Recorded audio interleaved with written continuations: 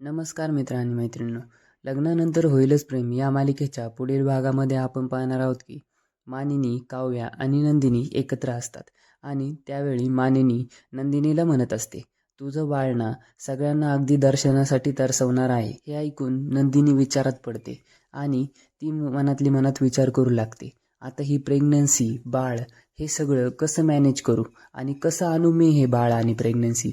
तर दुसरीकडे विजय म्हणत असतो, जे दुसऱ्यांच्या आयुष्यात डोकावून पाहत असतात त्यांचे सिक्रेट देखील बाहेर येत असतात आणि आपलं सिक्रेट देखील आपणच जपायचं असतं.